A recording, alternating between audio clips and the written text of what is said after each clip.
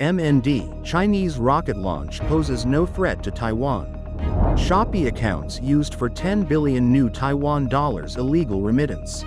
TSMC Fab 18 to resume after earthquake damage. 1 dead in stabbing outside Japanese train station.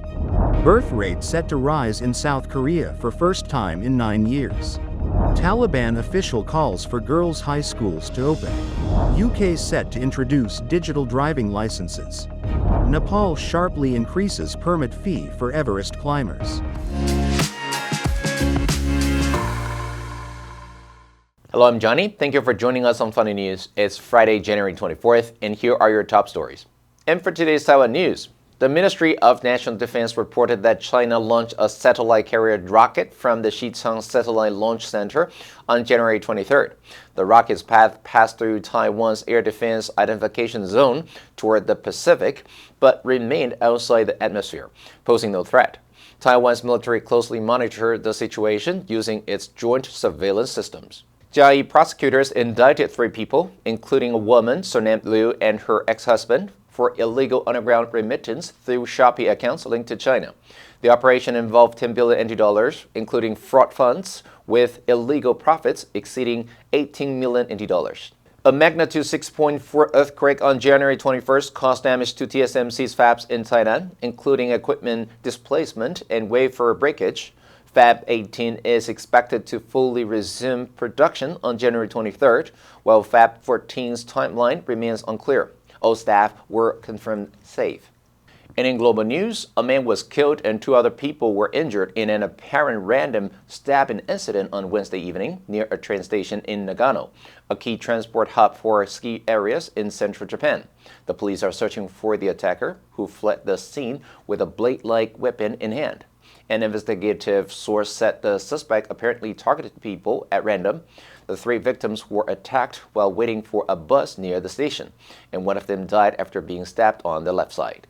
Local fire authorities said they were alerted to the incident at around 8:05 p.m. in front of Junior Nagano Station, when a caller reported that a man had lost consciousness and stopped breathing after being stabbed. Another man in his 30s sustained serious injuries after being stabbed in the back, and a woman in her 30s was injured after being attacked and falling. The police said one victim told investigators the suspect appeared to be in his 40s and escaped to the south in the city's downtown area.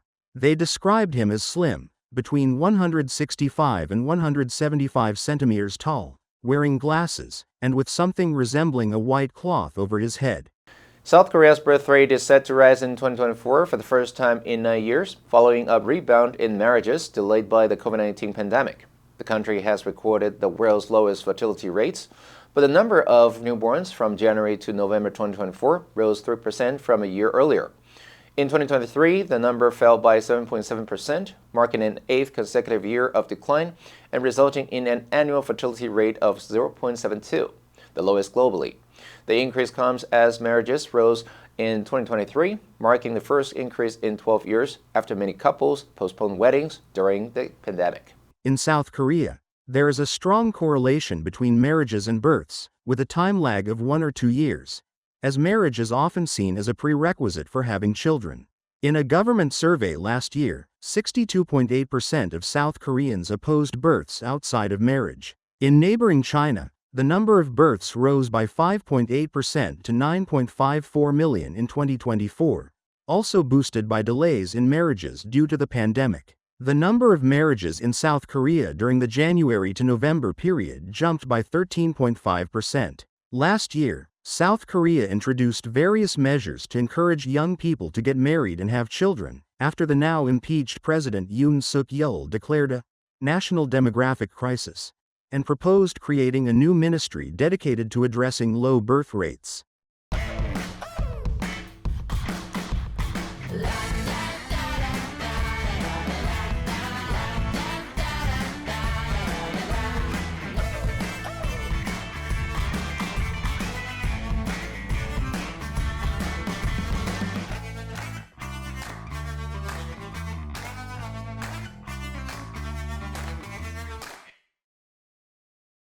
The Taliban's acting deputy foreign minister called on his senior leadership to open schools for Afghan girls, issuing one of the strongest public rebukes of a policy that has contributed to the international isolation of its rulers. The minister, who previously led a team of negotiators at the Taliban's political office in Doha before U.S. forces withdrew from Afghanistan in 2021, said in a speech that restrictions on girls' and women's education were not in line with Islamic Sharia law. He said, "We request the leaders of the Islamic Emirate to open doors of education." The comments were among the strongest public criticisms in recent years by a Taliban official of the school closures, which were implemented by the supreme spiritual leader Hibatullah Akhundzada despite some internal disagreement. The Taliban have said they respect women's rights in accordance with their interpretation of Islamic law and Afghan culture. They made a sharp U-turn on promises to open high schools for girls in 2022 and have since claimed they are working on a plan but have not provided any timeline. They closed universities to female students at the end of 2022. The policies have been widely criticized internationally, and Western diplomats have said any path toward formal recognition of the Taliban is blocked until there is a change in their policies toward women. Digital driving licenses are set to be introduced in the UK as the government seeks to use technology to transform public services. They will be accessible via a new government smartphone app and could serve as a form of ID for purchasing alcohol, voting, or boarding domestic flights. Physical licenses will still be issued, but ministers believe the voluntary digital option will bring government into the 2020s. A government spokesperson said this government is committed to using technology to make people's lives easier and to transform public services. The virtual licenses could be used at supermarket self-checkouts, allowing customers to verify their age without waiting for a staff member. The new digital licenses will be introduced later this year. A potential feature may allow users to hide their address in certain situations, such as in bars or shops. According to government data, more than 34 million full driving license holders were estimated to be in England in 2023. The digital licenses are expected to be launched as part of a wallet within a new government app called gov.uk. The wallet is understood to be secured similarly to many banking apps and would only allow the genuine license owner to access it.